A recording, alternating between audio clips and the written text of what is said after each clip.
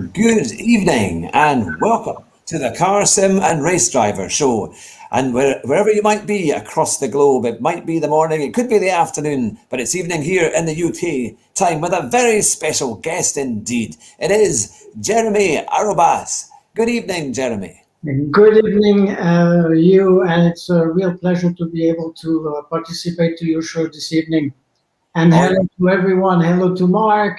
I see the ESeniors are showing up, and it's a real pleasure to be here this evening. It's fantastic to see everybody in the chat who's in our normal community here with the Hugh Hadrick channel and also with the Esports Seniors Championship who have joined us tonight. It's fantastic to see you all. And just a quick thing, if you like what you see, then give us a like just now. That would be fantastic. And if you want to join the channel, then give us a sub. That would be amazing. We've also got Jeremie's channel there as well for the ESeniors, eSim Seniors Championship in below there.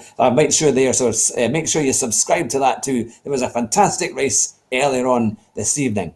But Jeremie, it's fantastic to have you on the show. You actually approached us through your good friend Mike and said you'd heard us on the podcast. Yes. And which is great for us because that's exactly what we're looking for, that people are enjoying the podcast and want to be involved and come on the show. 100%. Thank you very much to Mike Molesky for that as well. Oh, it was fantastic. It was great news. It really excited me when I thought, oh, that's great. We're getting people from all over the globe wanting to come on the show, which is great. I'm going to ask you the question that I ask everyone that comes on the show. How did your sim racing career begin? How did it all start? Well, it all started in 2000 with the Jeff Crammond Grand Prix 3 game. I got that on PC. And I've always been a big F1 fan since I'm a kid. So when I saw that you could actually race an F1 in a simulation, I said, okay, this is it. I have to try this. So I got myself the equipment, the wheel, the pedals, and I started driving, and I was blown away. And when I look back at the graphics today, I laugh a little bit because the improvement is amazing in the last 20 years. But at the time, I was already amazed. You could compete live and with people all across the planet, and I was blown away. But I seriously only started racing about 2 years ago. With F1 2019, when I saw that game, actually, I had a shock. I mean, I was looking at the graphics and I couldn't tell, are these real cars? Are these the real F1s or not? And I said, this is it. I mean, I am definitely getting this game. I got re-equipped. I got myself a new rig, upgraded my computer, got the game, and started racing again. Yeah. And that was fabulous. I mean, I just, this time, the graphics were outstanding. The force feedback as well made a huge leap forward. It was incredible. And I'm one who always wanted to race since I'm a kid, and I never had that opportunity. So that was the closest thing to actually racing a real car, right? I mean, without the G-forces technically, but I will never forget that. So that's how I got involved in sim racing. Wow. And it's only a year later, after playing F1 for about a year, I approached an old friend of mine, Michel Benchaya, who I knew was a professional go-kart racer. And at the time, I approached him and I said, "Are you aware we can race online? And I would like to race you with that F1." And he told me, "Nah, you're not playing the right game." And I said, "What do you mean I'm not playing the right game?" He said, "No, you should be racing Assetto Corsa Competizione." And I went, "What is that?" I never heard of it. So he's the one who intrigued me, and actually I went in, and the first game I got after that was Assetto Corsa, and immediately after Assetto Corsa Competition, and then I went, oh my God, I mean, this is even better than the F1. It has a level of reality that goes beyond, and it's a true simulator. And that's what I like. That's what I always say. I mean, we are not, when we compete with the seniors and everything. We do compete. What I mean by that, we don't play. It's not a game we play. It's a simulation we share, and we do race against each other. And that game allows you to do that. That game allows you. You have to think as a driver. You have to set up your car. You have to prepare. You have to learn your tracks. You really have to get the mind of a professional driver and go in there. So in the beginning with the Assetto Corsa Competizione, when we started racing, it was Michel and myself. We would go on the public servers, and I had a blast. Except that I started getting fed up, getting side by side with a driver as I was trying to pass, and being pushed out of the track, and that never stopped. It would be almost every day. And I said to Michel, I mean, this is insane. I mean, it's incredible. We cannot keep on going like this.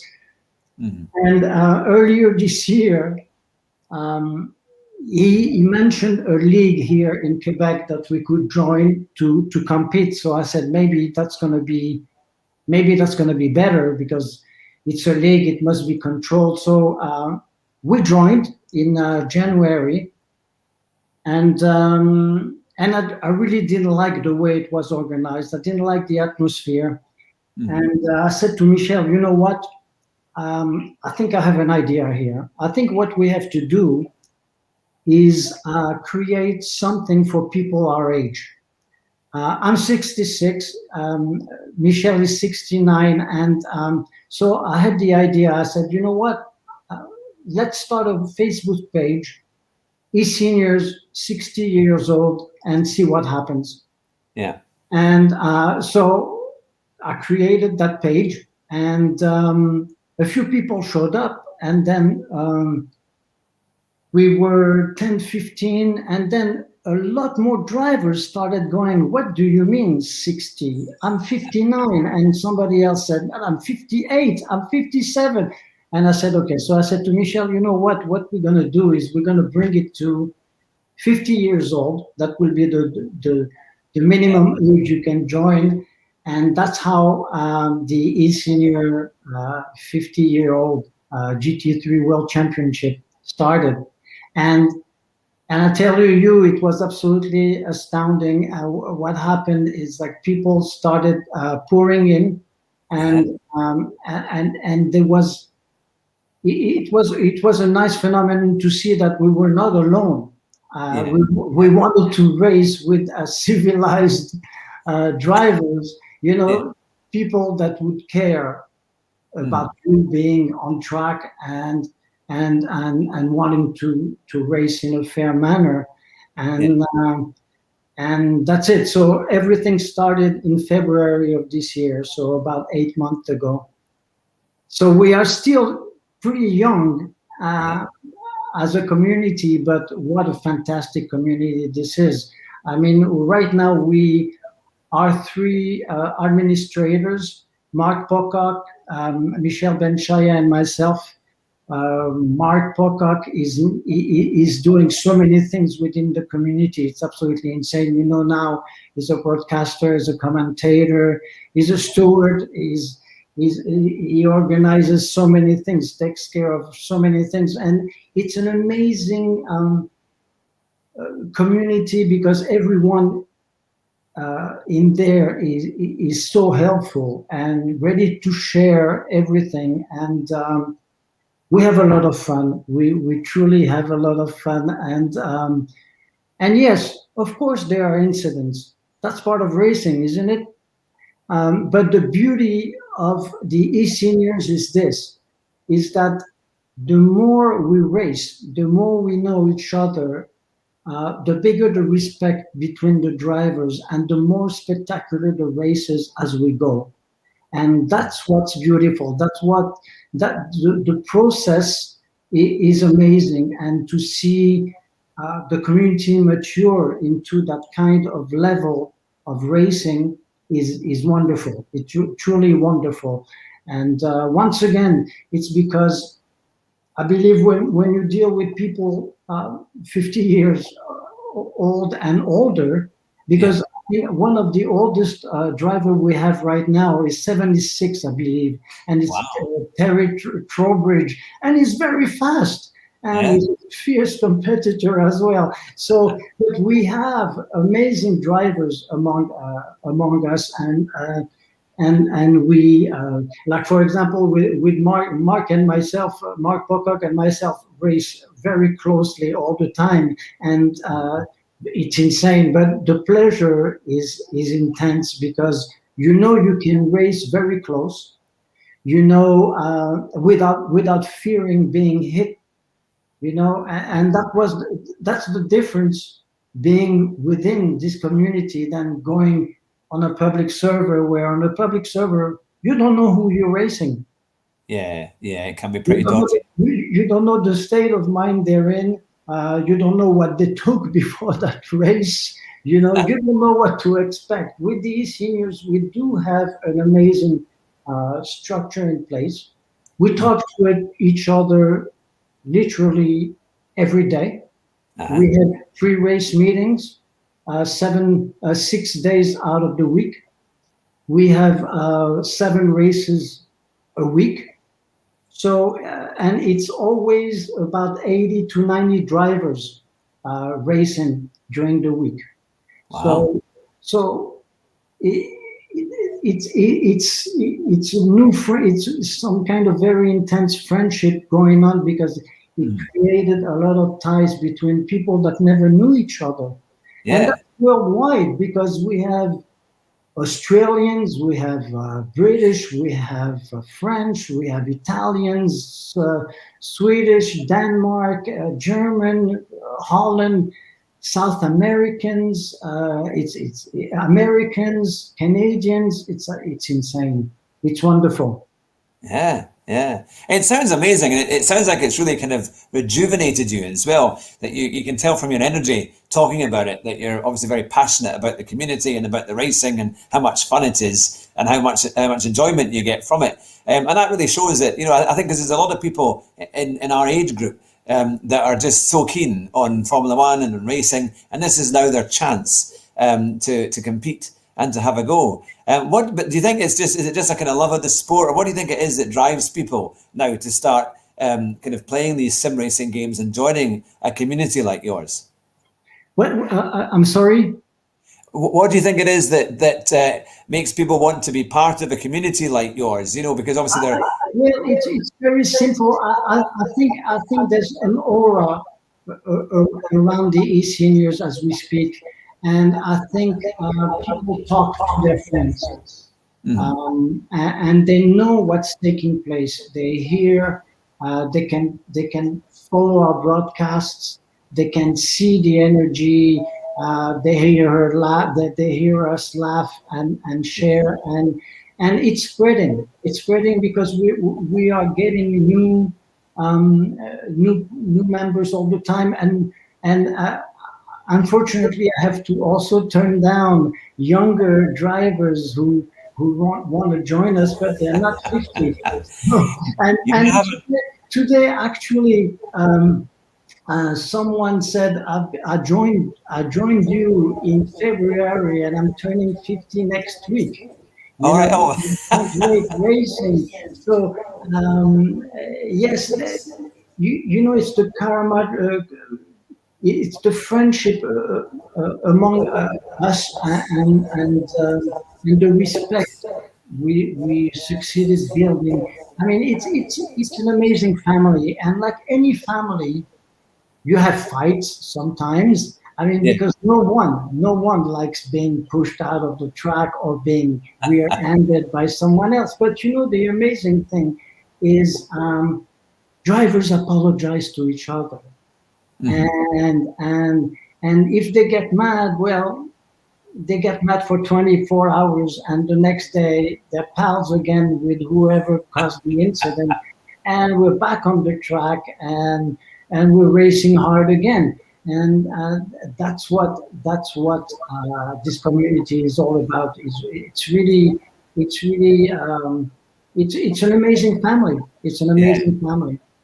It's fantastic. Now, we've got lots of people in the chat there. We've got Lady Wanderlust all the way from California, who's with us today as well. And she's got a fantastic channel, well worth watching. Really, really good fun, and a fantastic driver there. And it's great to see how she is getting on in racing. And of course, we've got all our guys from your community and from the Hat-Trick community here as well. Now, you may have noticed, for all you eagerly-eyed watching the video, that Jeremie has a little friend there with him too.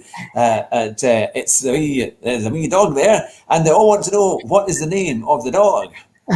Yeah, that's Mars. He's a Jack Terrier. Looks lovely dog. We're inseparable, actually. So I remember in the beginning when we had video meetings with the ESeniors, somebody said, "That's your spotter, isn't it?" That's to see what happens first. He always sleeps when I race now. Oh, that's fantastic. No, it's really, really good. And I was going to say, because the age is 50 and I'm slightly short of that, so that's why there'll be, if I join you in the racing, if I have the outside chance of doing well, I know I'll get banned. Yeah, but we have Mondays, anyone can join the race. All right, on a Monday. Yes. All right. So we have Mondays GT3. That is open to anyone. If you're younger or outside or from another league, you're welcome to join that race anytime. The rest is a championship, because on Tuesdays we have teams constructor championship now. On Wednesdays we have the GT4 championship. On Thursdays we have the Porsche Cup. Fridays, Saturday, and Sunday we have 3 groups racing GT3. So Group 3 races Fridays, Group 2 Saturdays, and Group 1 on Sunday. So we have a busy schedule, but anyone from the outside can join us and experience the atmosphere of the ESeniors, as long as you're respectful on the track, of course. Yes, yeah. I was going to say, otherwise you're going to have a kind of ESeniors junior category. So you can have maybe 10 years below 50 or something. You know, we toyed with the idea, because we always talk, Michel, Mark, and myself, we're always thinking. It's a non-stop process. I mean, I speak to them almost every day, and they actually, with Mark, we have a couple of surprises coming up shortly. So we're always thinking and always trying to go further. We have ambitions with this. I mean, like I said, it's still new. It's still only 8 months old, and we haven't reached the full potential yet. But it's very exciting. And what's exciting is to see the involvement of the drivers themselves, race after race, whatever the group you're in, you know. Yeah. And it's also, what I have to say, it's like it's almost a completely independent community. What I mean by that is that, you know, you have Coach Dave, for example. Well, we have Chris Bourne, for example. We have Peter Vosliner. We have Mark Pocock, who can give you setups, and ESeniors share their setups, and they're awesome. Wow. And sometimes they're even better than Coach Dave.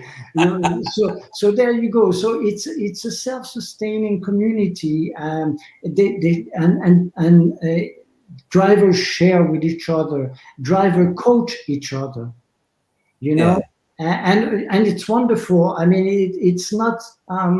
The competition is fierce. Don't misunderstand me, because we have really serious racers among the seniors, and they mean business. Yeah. You can be stuck. You can be a second faster than a driver, and believe me, he's going to make sure. Well, you find a weak place somewhere, but you might be following him for 10, 15 laps without being able to pass. So they will do everything to try to finish ahead of you. But hey, that's the game, right?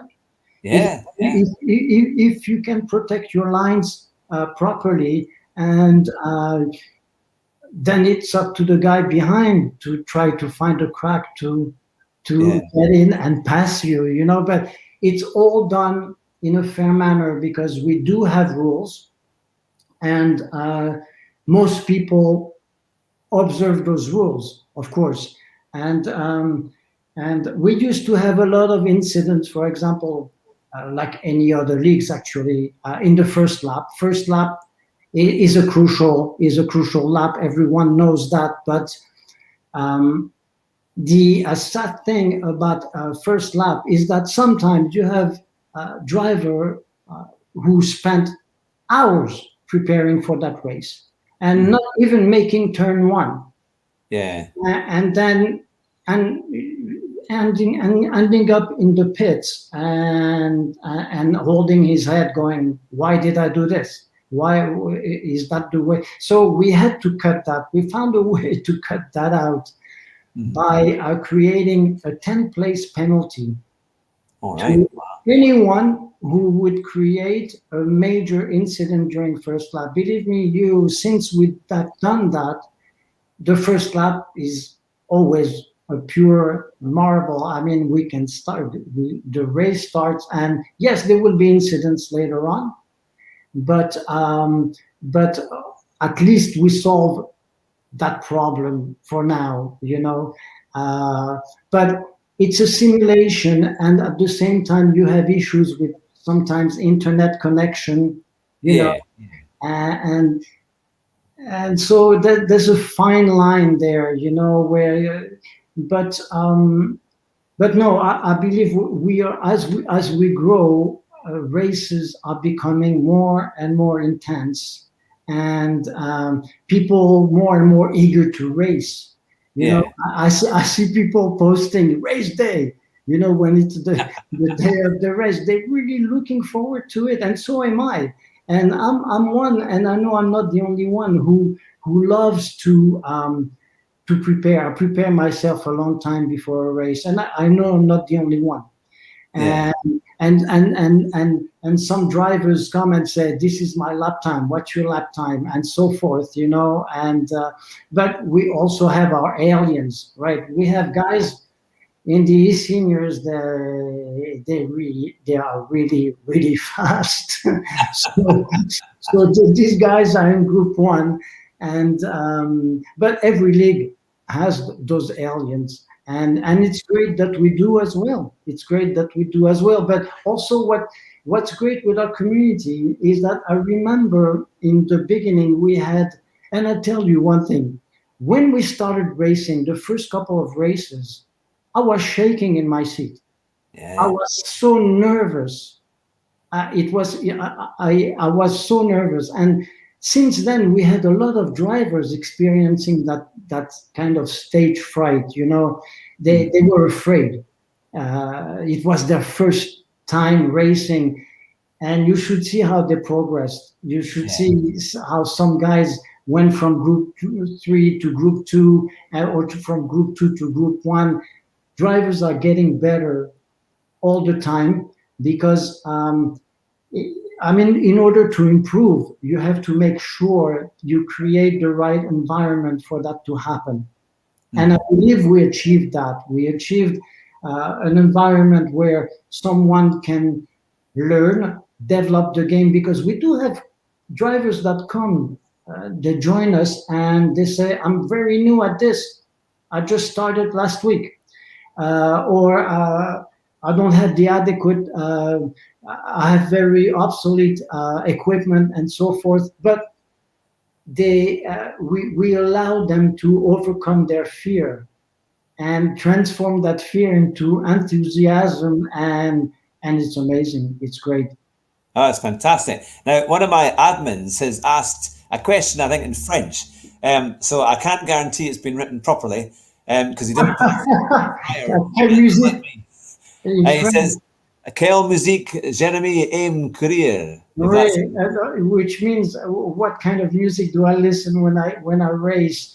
Um, I'm going to answer in French and then write in English. Je n'écoute aucune musique quand je cours. Absolument rien, que la musique, la seule musique que j'écoute, c'est le bruit du moteur. Yeah, I don't listen to music when I race. The only music in my ears is the music from the engine of the car I drive. Yeah, that's the best way, isn't it? That's it. That's the thing. I think because they've spotted the keyboard in the background as well, and I think that's yes. I happen to be a musician. I'm a writer as well, but and a few guys know I'm founding member of an 80s band by the name of Men Without Hats, and I was instrumental in creating that famous hit "Safety Dance." So yeah, but that was a very long time ago. But I'm still a musician today. I'm still a writer as well, and but that's what I do when I don't drive. Yeah. It's fantastic, isn't it? I think because I used to play the piano and I'm a drummer. I play drums. Oh, yeah. And I think there is something I'm a drummer as well. Oh wow! Oh, that's Yeah, the thing. that's how I came to music. I came to through drumming, and actually, this is what happened. I'm a founding member of Men Without Hats. We were two, and I was the drummer. And one day I heard about rhythm machines. They just came out. It was 78, 79. And so I went out and I got myself 2 rhythm machines and a sequencer, and I came back to the rehearsal space, and I said to Ivan at the time, I said, "This is it. These are the new drummers. Yeah. I'm going to keyboards. I wanted to play keyboards." And and this is actually how Safety Dance came to life. I was alone in the rehearsal space, and I hooked up the 2 rhythm machines and the sequencer, and the sequencer, I entered the famous riff, if you know that song, which is the coupled with the 2 rhythm machines.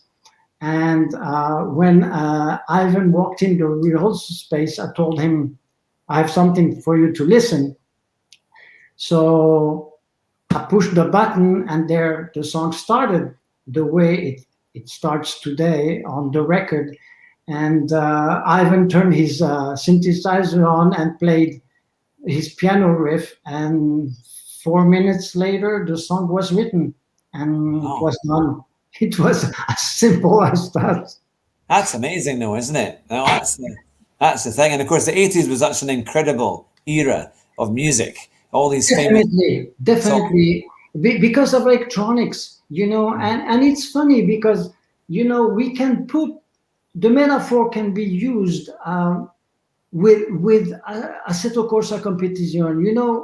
The level of the new engines they use to create those simulations allows for this realism. The same way in the 80s when we got the synthesizers, the rhythm machines, it was like brand new, but it launched a complete new era in music, right? Because everything before was rock and roll, was Led Zeppelin, Pink Floyd, everything was guitar based. Actually, Pink Floyd maybe less, because Pink Floyd had a lot of, and Pink Floyd is one of my favorite bands of all times, along with Led Zeppelin. But it really, the 80s brought in all the technology into the music, and that redefined the sound.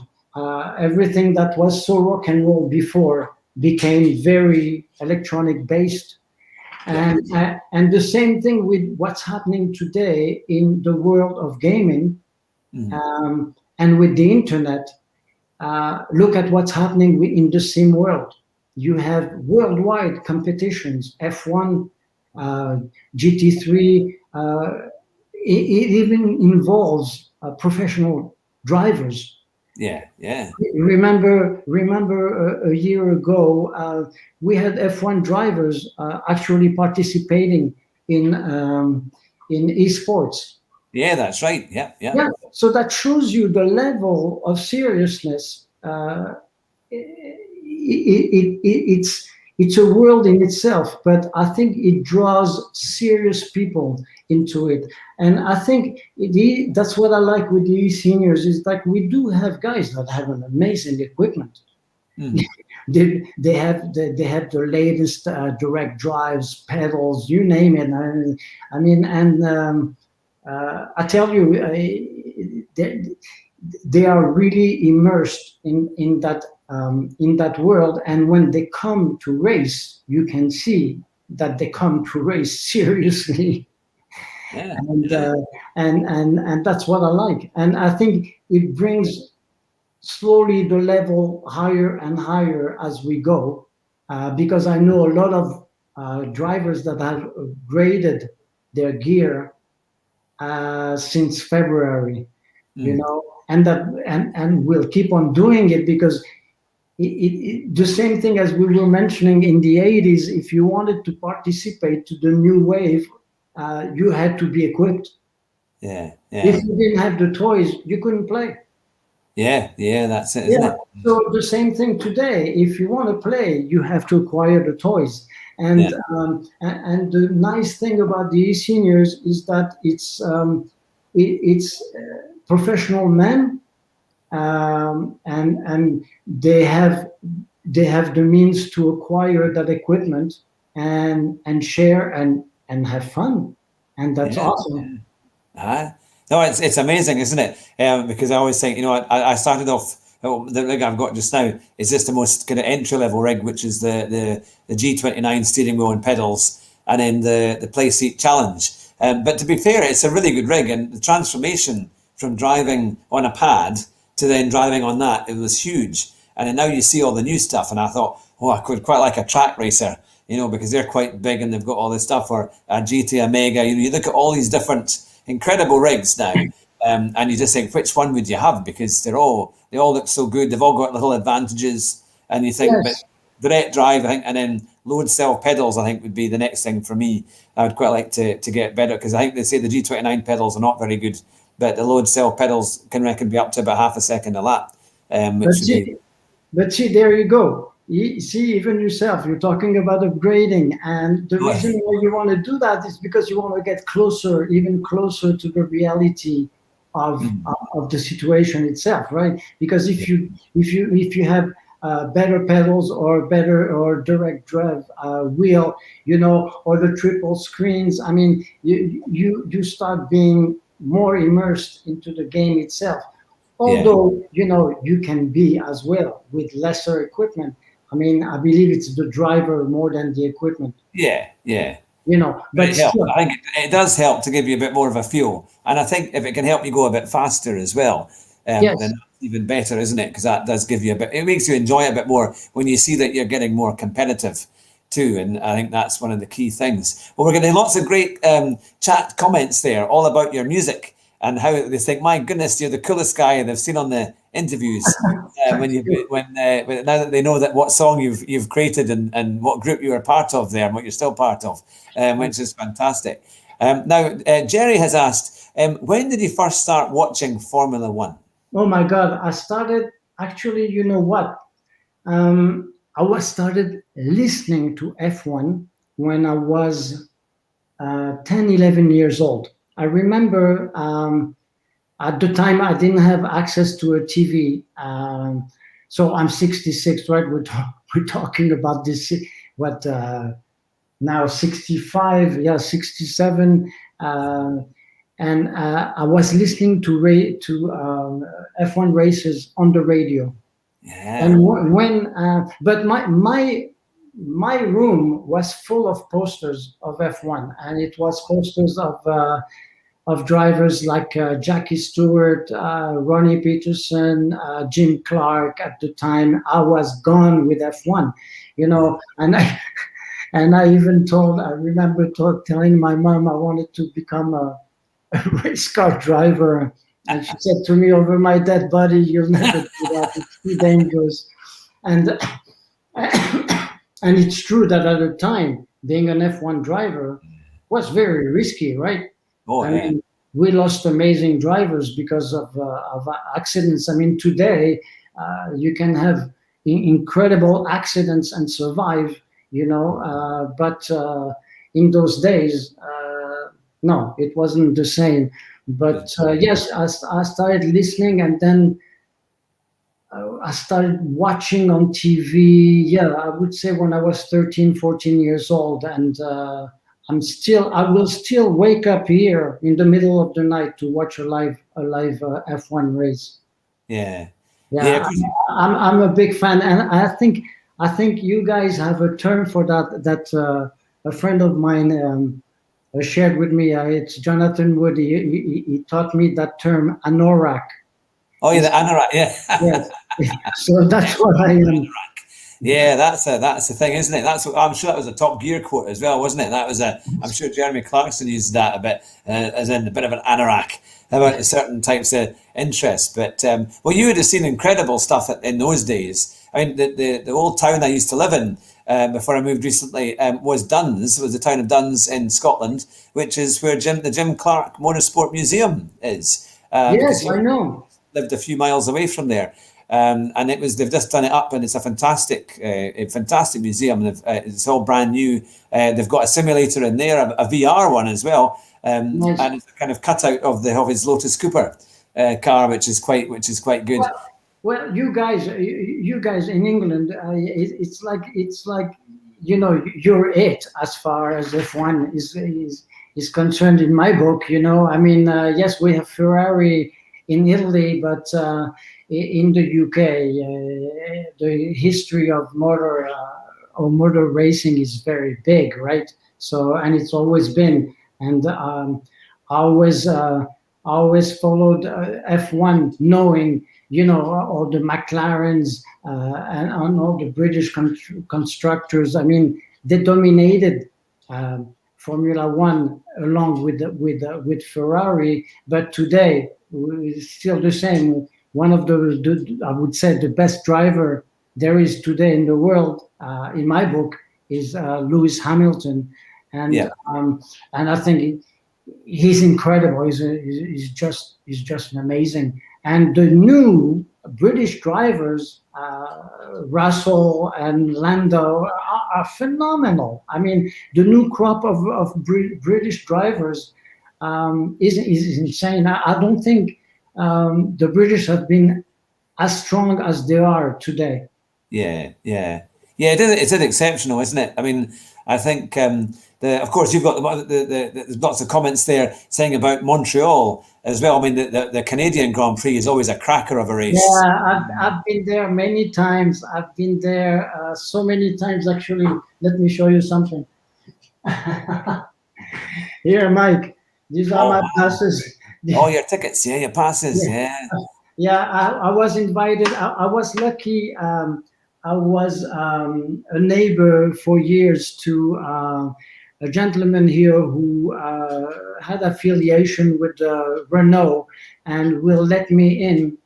In the so I had access to the Montreal Grand Prix many times. I was there the first race, and it was pretty dramatic, as I recall. There was someone died at the start of that race. I don't remember who it was, but it was pretty heavy. And yes, I've been Montreal Grand Prix many times, absolutely. And I wish I went to different races, but I never had the opportunity to go anywhere, like Silverstone, for example, or Monza or Spa. I never had that opportunity. It's a long flight from Canada, mind you, to do all of that. It's a long way to kind of come across to Europe to see a race. and it's not exactly the cheapest thing that you can do either. It's quite a big expense to do that. But the only race I ever saw live so far was back in 1993. It was the European Grand Prix at Donington, and I saw Ayrton Senna win the Grand Prix, and it was a phenomenal. I'll never forget it. My whole life, it's just one of those, the most amazing day you can ever have. Goosebumps listening to you. Yeah. I honestly, it was just incredible. I'll never forget it, because all the overtakes on that first lap, and then to find out that was Murray Walker's best first lap ever, that he thought that was the most incredible first lap he'd ever seen. And it was, and we saw it, and me and my mate Jonathan saw it. I was just at my 18th birthday, and we saw Schumacher go off in front of us into the sand. We were just at the kind of back chicane as you come into the kind of loop. And it was incredible. And when he came round on that first lap, he was just catching up with Prost. And then so he came down the hill, and then when he came up the hill, he was ahead of Prost, and off he went into the distance. But it was the noise, the whole thing, the atmosphere. And when you saw him go past, as he pulled for another gear, you actually saw his head and his neck. Yes. You go back, because it was so exposed. And it was just, I'll never forget it. And then it was just incredible. And in those days as well, you didn't have the 5 lights on as they do now. It was just simply red and green. And you just heard the revs go up. It was like being like a musician. The revs go up, and then it drops. And then the traction control came in, and it kind of buzzed away, and then off they went. It was incredible. That's right. No, I mean, you reminded me of something. One day I sat in a professional go-kart, and I was pretty excited. So I just put my helmet, I sat in it, and then I went on the track, and as soon as I started accelerating, my head went back. And all of a sudden, I was looking at the sky, and I said, what is this? I won't be able, I don't know where I am anymore. I had to lift off, and my head came back, and I said, okay, I'm not ready to race. I mean, you need amazing strength. And that's what a lot of people don't understand, that F1 drivers are absolutely unique athletes. They're probably better athletes than any Olympian. The training they go through, the strength you need to handle the G-forces. And when I mention G-forces, everyone knows who follows F1, it's positive and negative G-forces, right? So you are constantly fighting 3, 4, 5 Gs sometimes. It's more than what a jet fighter can handle. And those cars are so fast and stick to the ground so much. That's the only thing I miss from F1 simulation, is the GT3s don't stick to the ground as much as an F1, and that's where the challenge is. The GT3 slides a lot more, and F1 is so pushed down by the downforce that you can go into turns extremely fast and not lose the car. If you try to do the same thing with the GT3, it's not going to happen. No, that's for sure. But it's incredible, really. I mean, I think when we see the Formula One, and even though I have to say, I mean, I was a big fan of the V12s and then the V10s and the V8s. I wasn't a big fan of the V6s. I thought that they really lost the sound that they kind of made part of the show of Formula One. But I think they're a little bit better now than what they were. So I think they were making a big announcement today that potentially they were going to use hydrogen engines or something in them. I don't know. I heard rumours that I just saw a very small, short clip that somebody had put up. So I don't know if they've announced what their latest engine's going to be. But I thought when we used to go and watch the testing in Spain, in Jerez, and it was fantastic. For €10, you would get into Jerez. And you could see, we saw Schumacher, we saw Lewis Hamilton. I think the first year we went was 2008, at the end of, or maybe early 2009, I can't quite remember. And we saw Lewis Hamilton here pass in his McLaren, and that was an incredible thing. And I know, and as it on the end of the back of the straight as they brake, and you hear all the kind of pattering from the engine as they're banging down the gears, and then off they go. It's just it's something incredible.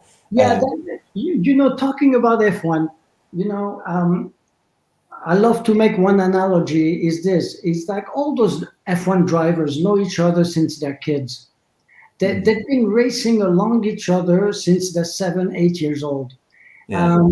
So they know each other when they get on the track. Whatever happens, when you have that incidents with Verstappen and Hamilton, they know each other.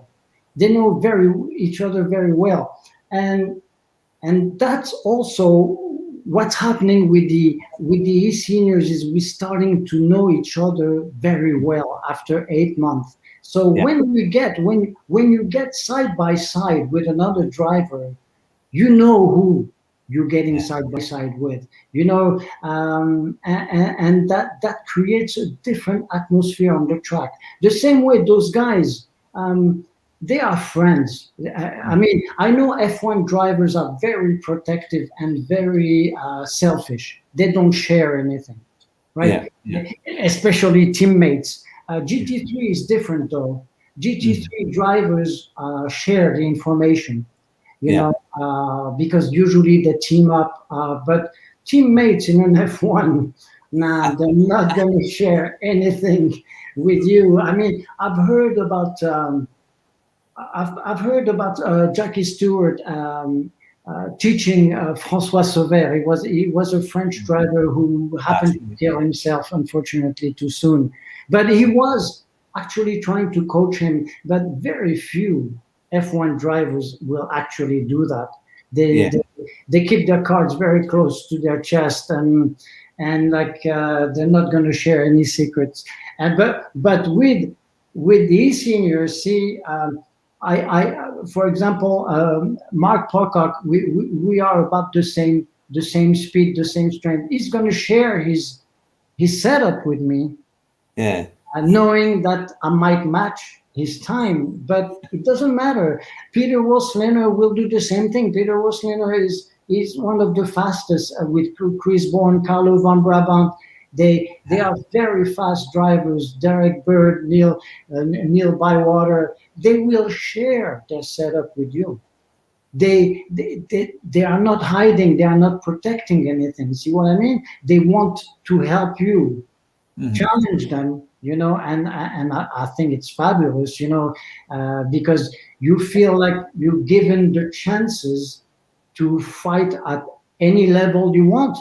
I mean, I know I can go to any driver, and any other driver can go to within the community and say, can I have your setup?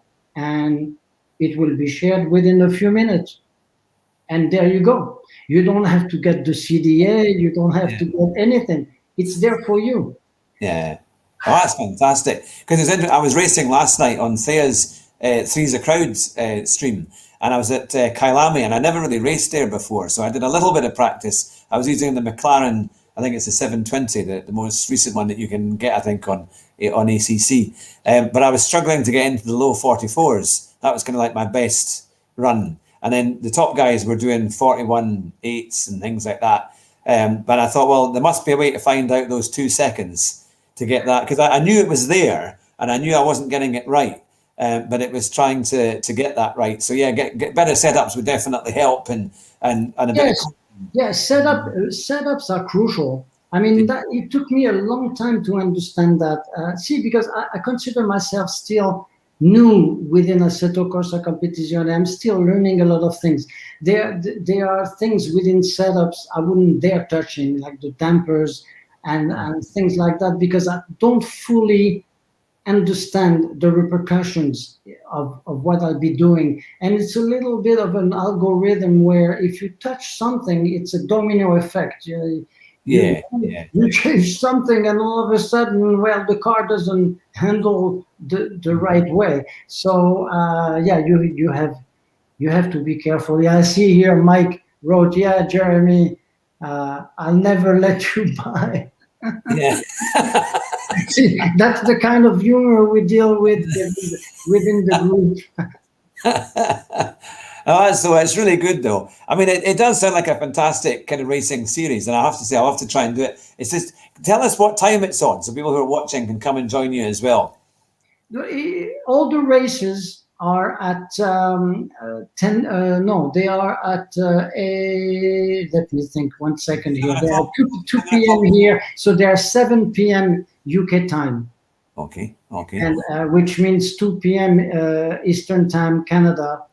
And believe it or not, we have that's it. Mark wrote 7 p.m. UK time. We have Australians getting up at 2 in the morning to race. Wow. With us. That's right, on Saturday. And that's our little, Ortner, I call him the crazy Aussie, because who will get up at 2 in the morning to race? You know someone who will do that? They must be retired. Everyone else he's not. Actually, he's not retired. But he loves racing, and you know what? There is a true respect, and people love this community, and that's what's fabulous, and that's what makes me so happy is to see the happiness of others and how much we share and laugh together, race together, sometimes fight together. But like I told you in the beginning, it's a big family and it keeps growing. And actually, each time you have someone new coming in, you feel like, who's this? And you have to get to know that person. And but the atmosphere is such that you are accepted right away and integrated right away. You can ask any question. Someone, if I'm not there to answer, someone else will answer. Everyone is there to help, and everyone is there to have fun at the same time. But at the same time, it's a competition. We are fighting for the world championship within the ESeniors, and believe me, it's a fierce battle. Yeah. No, it sounds fantastic, actually, I have to say, and it gives us a lot of hope that to be able to improve and be more competitive, and people sharing their setups and advice on how to get faster is really a big thing, because that's what we all are trying to do. But in the pre-show, we had a quick chat, and I was telling you of because of the sim racing and the experience I've had with these kind of games and things. It's really improved, I think, my actual driving skills in real life. And I remember doing a track day down at Mercedes World at Brooklands a couple of years ago, or a year and a half ago. And I was driving a Mercedes C43 AMG Saloon. And it was a great car, but normally in the driving games, they're quite dodgy to drive, because any kind of road cars are, they don't kind of turn as well, and they're not quite as good. But actually, it was easier to drive than on the games I'd played, on the simulations. It actually turned in well, and it felt so much more natural. Have you found at all, after you've been racing, have you maybe driven a nice car at some point, or done a track day or something like that, and have found a similar experience? No, I haven't, unfortunately, but I would love to. Actually, I would love to jump into an Aston Martin and drive it on a track, But I'm afraid I'm not sure what the result would be. But that would be a good way to measure actually the level of the simulation, to have the opportunity. But that's asking a little bit too much. At this point, like asking Aston Martin to let you drive a car just to see if it compares with Assetto Corsa Competizione. You're going to have to launch Safety Dance 2. You'll pay for it, so you can say, right, I'll buy one. I can say, right. That's right. But no, it's fantastic. Now it's now Mike Molesky has been saying, I have a BMW 235. And he's gotten lots of tickets since being in the championship. That's right.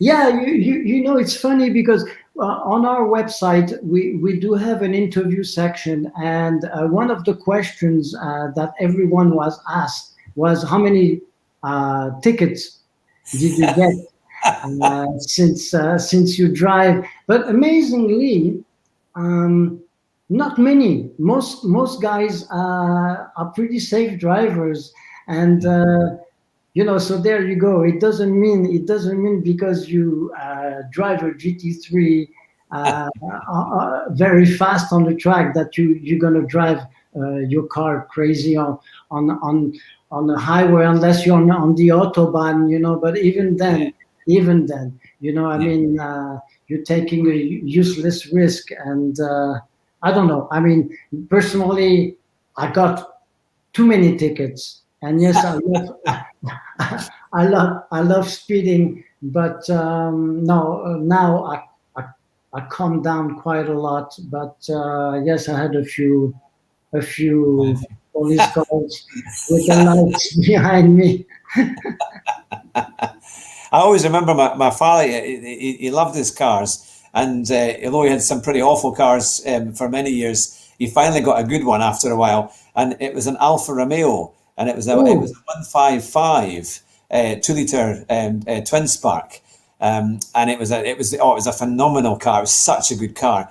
And it was this tiny little steering wheel that literally had 1.5 turns lock to lock. It was great. But and it had this wonderful, it was a 2-litre engine, so it had loads of torque, and it made a great noise. And I remember we used to go back from Stirling, we'd go out for the day, and then he'd bring me back to Edinburgh, and the Stirling motorway from Stirling to Edinburgh is quite a good road, and it's quite fast. And he would sit there in fifth gear, and then I was kind of like, oh, we seem to be going at quite a rate. So I would look over to the speedo, and my dad would be doing about 110. Totally kind of noticed, and this was in his 70s, his mid-70s, and that's miles an hour. So, you know, that's about 150 kilometers or whatever it is or more, you know. And he didn't seem to think anything of it. And I was saying, Dad, maybe you might want to slow down soon because there's traffic ahead, you know. And it was like, you know, in North America is totally different than in Europe. North America roads are straight for miles. I mean, there's not one turn anywhere. So you are forced to speed. I mean, because it's so boring. But each time I went to Europe, well, there I was on a circuit. You know, it's like you know, you're turning all the time, right, left, and Europeans drive a lot faster than North Americans. I can tell you that. I'll tell you, man. When we went to Florida a few years ago, we just happened to be in Orlando at the time of there was a big Ferrari Owners Club event in Celebration, and it was great timing because we went to Celebration the week before, and I looked on the notice board, and they said come next week because it's the Ferrari Owners of Florida show, and I thought, oh, this is amazing. So we came the next week, and it was unbelievable. They had Ferrari Enzos. They had the new one. What was it? They had the Ferrari LaFerrari that was there. They had a new Bugatti Chiron thing, and they had all these other cars. But then you had lots of trade stands and all the kind of other stuff that they had. And one of them, it was a big racing group or a big racing circuit people. And so similarly, there's some big circuits in Florida that other than things like Daytona, I think they were more in the south, where you can go and do rally driving and racing, and it's about 1/3 of the cost of what it costs in Europe to do. So I thought, actually, you know what, it's almost worth going over there to do a track day or to go and do some running, because it was incredible value for money for what you could get. But it was, and also it's nice when you're doing it in the city weather. Talking about the US, I don't know if you heard that Andretti might buy the Alfa Romeo team, F1. Oh yeah, yeah. Next year there is a Miami. Miami Grand Prix, isn't there? Yeah, that's right. Yeah. I kind of wonder how that will work. I hope the circuit will be good. I hope that it'll be decent for overtaking. I'm not sure always the street circuits work. I believe it will be a street circuit. Yes. Yeah. I have to say, I do love the one. Oh, it's the new one. Oh, it's gone right out of my head. It's the one that begins with an A. Which one? You know the new one that they did about 3 or 4 years ago. They started it. It's in one of the former. It was. You mean a US race? No, it was in Europe. It was, and it's a kind of mixture of a street circuit and a race circuit. It will come back to me. Andrew will know it. But it's that one where it has the very long straight and it's very, very wide, and then there's that very narrow section at the far side where they go through the castle. Is that Sochi? No, that's the Russian one. I don't know. Oh, it'll come. Azerbaijan. Azerbaijan. That's it. Azerbaijan. I believe it's Azerbaijan. Yeah, and I love that track. I think that's a really good track. That seems to work quite well. But hopefully Miami, it'll certainly have the atmosphere. Yeah, Baku, that's it. Don Quinn. Yeah, Baku. Baku. Yeah. Oh, it's fantastic. I've just seen as well that it's funny because when we were talking before about my father having the Alfa Romeo 2-litre, but I've been outdone because I think was it Neil that was saying, one of them was saying that you had a V6, you had the V6 155 Alfa Romeo, and that was the cracker of the car to have. If you had that engine, that was the most amazing thing.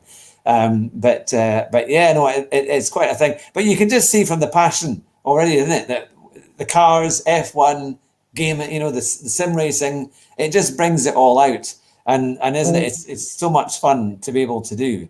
But many of the guys here in the chat sounds like they have some phenomenal cars that they've been either playing with or having their armory in their garages or their workplaces, which is fantastic. But what kind of car do you drive then, Jeremie?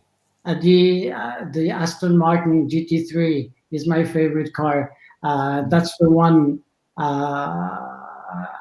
I do the fastest laps with, and Mark Pocock provides me with his amazing setups. So I don't have much to think there. I just drive as fast as I can. When with the GT4, I love the BMW. I think it's a very easy car. I use the aggressive setup and maybe tweak a little bit the steering wheel, and that's about it. I mean, the car will handle itself pretty good. But GT3, yes, I've tried the Porsche, and I learned a lot with the Porsche. It's a beast to tame. It's really a difficult GT3 to handle, but it helped me understand a lot racing. And when I started with the McLaren. I love that McLaren as well. It's a good car. It's quite stable, isn't it? It's quite a stable car. It's very stable, but I find the easiest car to drive today, to me, is the Aston Martin. And I've tried them all. I love the Ferrari, but somehow that Ferrari, I just cannot tame. I mean, it doesn't want to do what I wanted to do. It's stubborn with me. But the Aston Martin, I can drive the way I want to drive, and that's a lot of fun. The only thing is, we have a lot of Bentleys in our league, and those guys, man, are flying in those Bentleys. Yeah, they seem to have come alive recently. They seem to. Really, I did mention, I believe, because the previous season Ferraris were dominating GT3. They were truly the fastest cars. Now the fastest car seems to be the Bentley, but it's not the car, it's the driver. I mean, we have some guys that you can give them whatever car. Believe me, you won't get past them. Okay, they can, because we have drivers with a Honda, McLaren, Porsche. We have almost all the cars. Only a car, I don't know if you noticed that, but there's one car no one ever touches in Assetto Corsa Competizione, and it's the Jaguar. That's true. Yeah. I don't know why, but I tried it. I wasn't impressed, but there are some cars nobody touches. You don't know. I have a great story about that one, because when they made the new F-Type, it was my brother. He was coming over from Hong Kong, and he rented one for the week because he was coming to visit us. And he said, "Oh, Hugh, we'll get a great car because my work is paying, so we can get something really good, and I'll put you on the insurance so you can drive." And I said, "Oh yeah, that'll be amazing." So he came over and he got this. I met him at the airport, and we got this Jaguar F-Type convertible with a kind of four-wheel drive. It was the 5-litre V8 supercharged thing. So an amazing machine.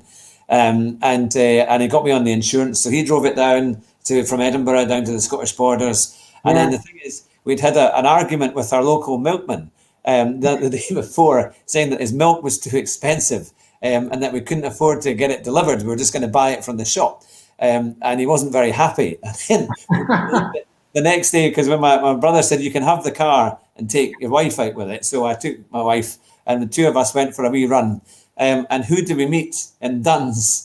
But the milkman coming the other way. This is about a day after. And he's looking at us with fury and anger. As if because I've cancelled my milk subscription, I can afford it bigger. You know? So he was not at all. I understand that. It was brilliant. But I remember we were going down the A1 in this thing, and you could turn on the button so the exhaust came on louder. And I thought, right, there was like a big lorry in front that was carrying, it was a car transporter, plus about 10 other cars in front of it. But it was a decent long straight. So I just put my foot down, put all the power bits up and all the noise bits up, put the roof down, and we just rocketed past everything that was there, and it was so much fun. It was just, cars like that are just brilliant, and it's that kind of thing. But no, it's phenomenal. But there's a very quick kind of intervening advert.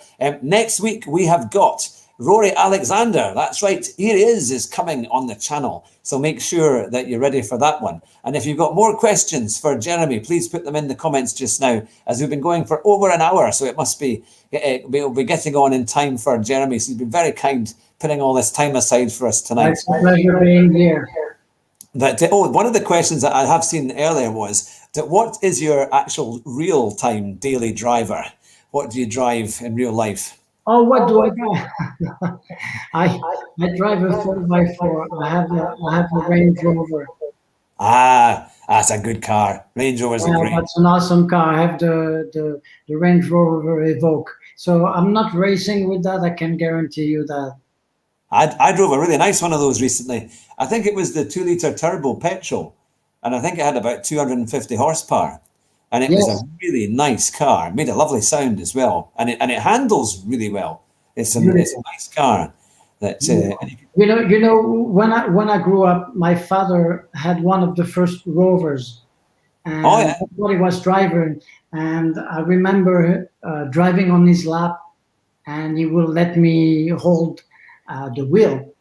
And so I said, when I got in my 60s, I said I have to get a Rover again.